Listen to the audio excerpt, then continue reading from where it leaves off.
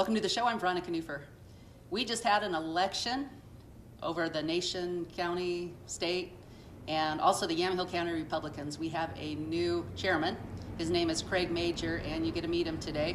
Al LeMay, he was our previous chairman. He's now the vice chair, so he'll still be on the show time to time, but I want to let you meet Craig Major and see where he's going to be taking the county here in Yamhill County and how you can help too.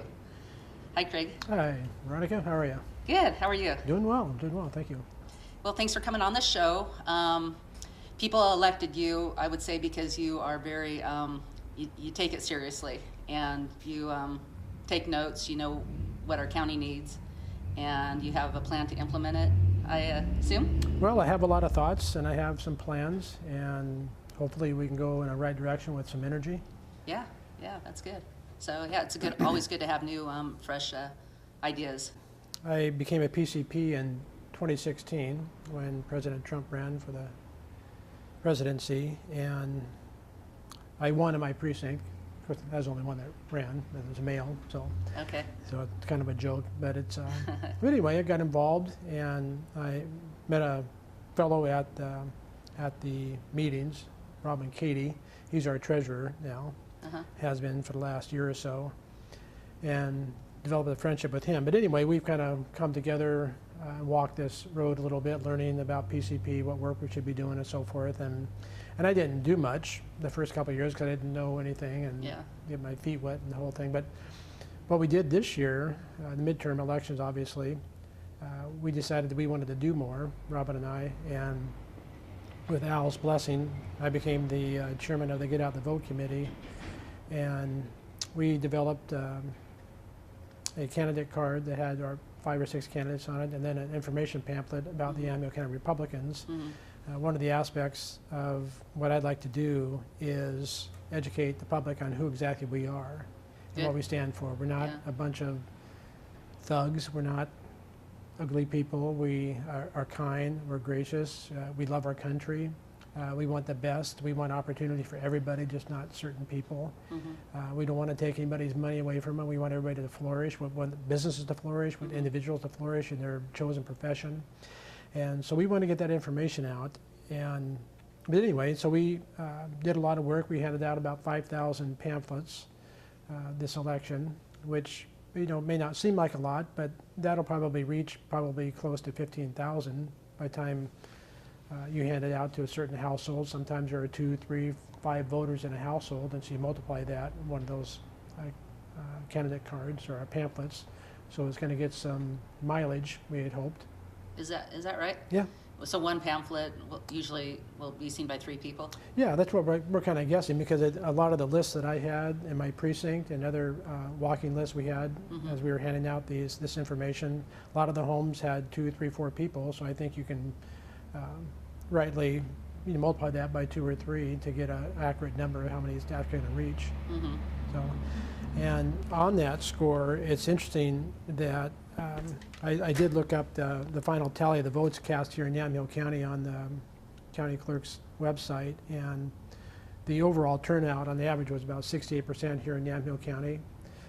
In the precincts where we walked and handed out our literature and contacted voters, it was about 78-79% return. And is that right? Where you walked, it was 78-79%. Yeah. So it was a higher than the 68. So right. You really got a good idea that works well. Why don't you talk about what a PCP is? When I got involved in the Republican Party, I didn't know. You're right, and I throw those terms around now, even just after, but I didn't know what a PCP was when I got elected. So there you go. a PCP is a precinct committee person, and depending on how large the precinct is, you can have 2, 3, or more people, male, 2 or 3 or 4 males, or 2 or 3 or 4 females into positions of PCP. And all you have to do is get 3 votes. You can file with the county clerk's office, like I did, and get your name on the ballot. And if you think that's kind of neat and see your name on the ballot, you can do that, get 3 votes, and then you're a PCP. Yeah, it is kind of fun because people who know you will say, I voted for you. And they didn't really know what they voted for exactly, but, It's best to do that too, because then your name's on the ballot properly. A lot of times, we had the difficulties this last time when people write someone else in, write a person, you may not get the name spelled right. Everything's got to be spelled exactly the same, and who the person is, his legal name, his or her legal name, or the vote won't count. So Oh. some people wanted to be a write-in, and they would have, but there weren't enough agreed names. I mean, Yeah. the names were different. Someone put an S on the end of their name, or spelled the name wrong, and then the vote wouldn't count. yeah, So, but anyway, that's what a PCP is. Yeah. And we want to get a lot of those involved here. right.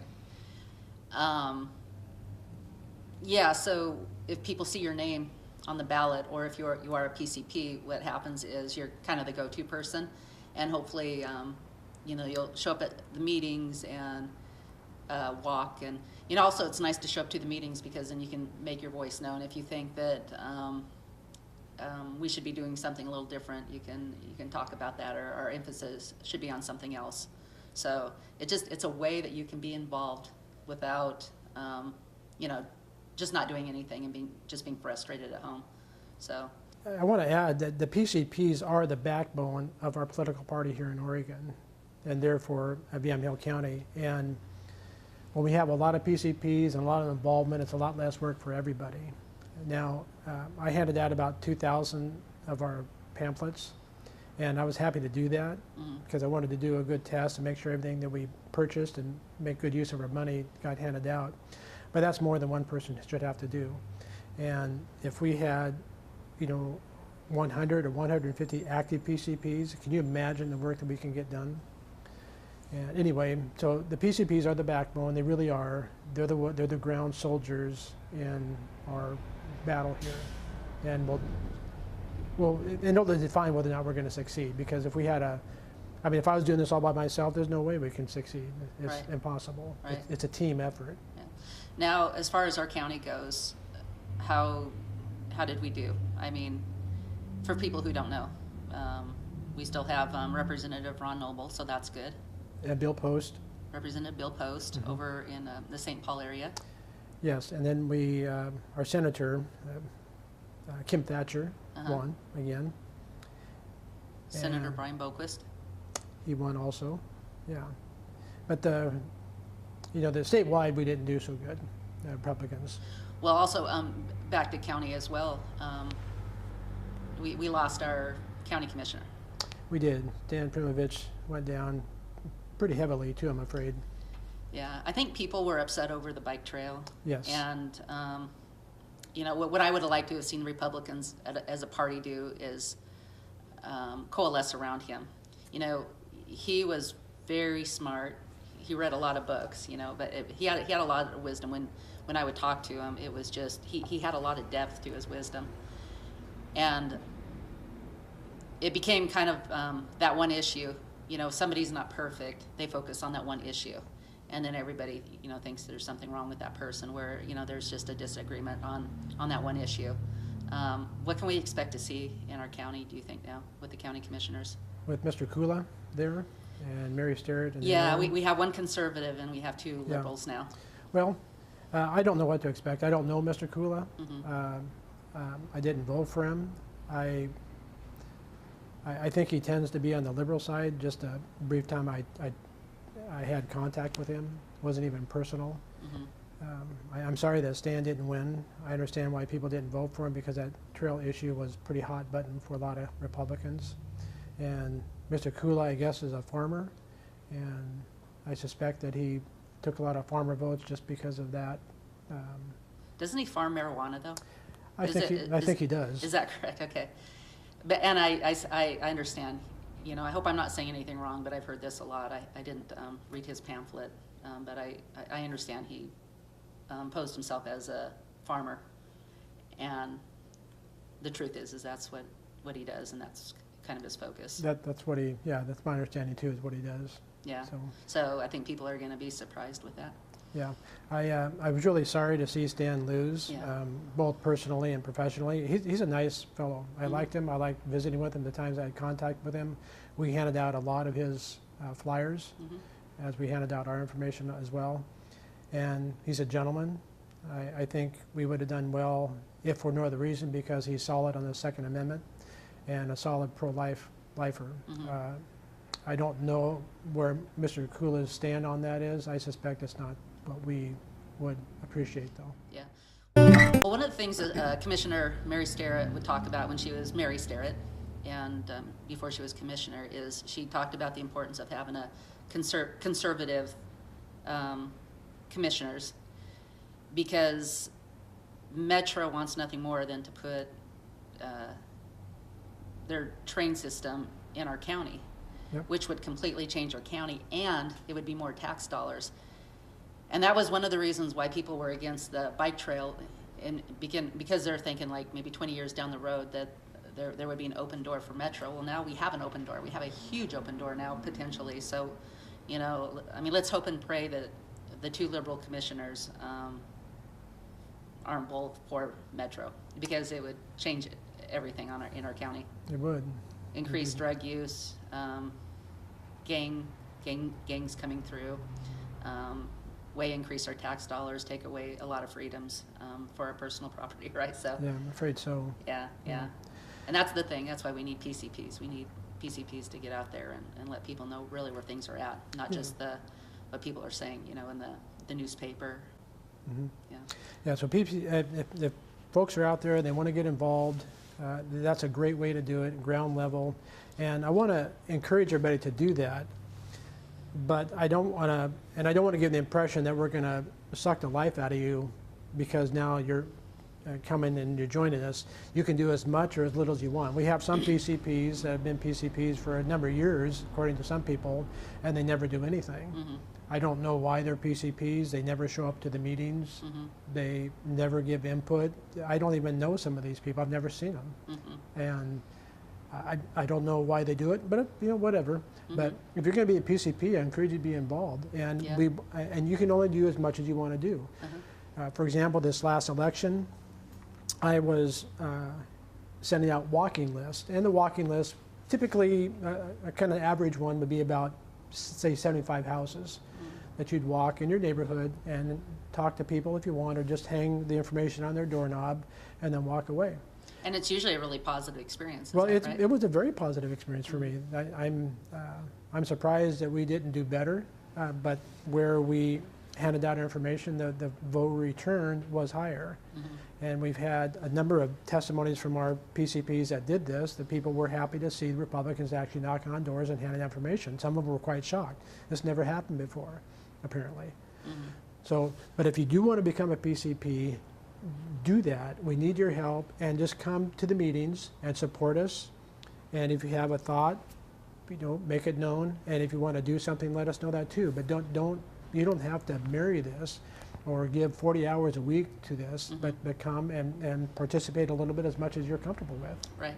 Yeah. As a PCP myself, you know, I feel like my job is to interview you and get the word out through the media. But as a PCP locally, what I do is, you know, people will call me. I'll have signs in the back of my car sometimes, or if people want a sign, I'll make sure they get a sign. So it's just kind of letting people in your area know that, you know, you're the go-to person for that. And, you know, you'll get phone calls sometimes, you know, how do I vote on this? You know, I know you're a conservative, you're up on the issues. How should I vote? So there are, I have a whole list of things I've been writing on ever since I got elected, thoughts that I've had, mm-hmm. things I would like to see done, and we can't do everything at once. But the one thing I would like to see is to bring some unity to the Republicans here in Yamhill County. There's a lot of, it's fractured. For example, you know, once I found this out, I found it kind of embarrassing. So the Republican women were supporting one candidate for the McMinnville City Council. City Council, that's right. Uh-huh. And I didn't even know that. I wasn't the chairman, so it doesn't really matter. But another fellow, Chris Chenoweth, came and got our endorsement at our central committee. Mm-hmm. Who are the women supporting? I don't even know her name. It was a female candidate, apparently a conservative lady. But then the vote got split. Exactly. Okay. So I find it personally really embarrassing so the Republican women they're on our side. I mean, Yeah. we're on the same team, and so we didn't even know they were doing that, and Yeah. they didn't know what we were doing. And then it Uh-huh. comes to the election, and it's just we got egg all over our face. And so I want to interface and interact with the Republican women, and we're all on the same page. All the Republicans come together and create one team, and the vehicle for that is the Yamhill County Republican Party. You come to the central committee meetings, and that's where we form as a team, and we pull in the same direction. And so everybody's on the same page. We're trying to get the same ideas and push forward on certain issues and candidates. Yeah. And both conservatives they lost. They did, Yeah. yeah. And for some reason, speaking of the fragment, the guy that won, Sal Peralta, I'm not saying he doesn't have some conservative principles. I don't know.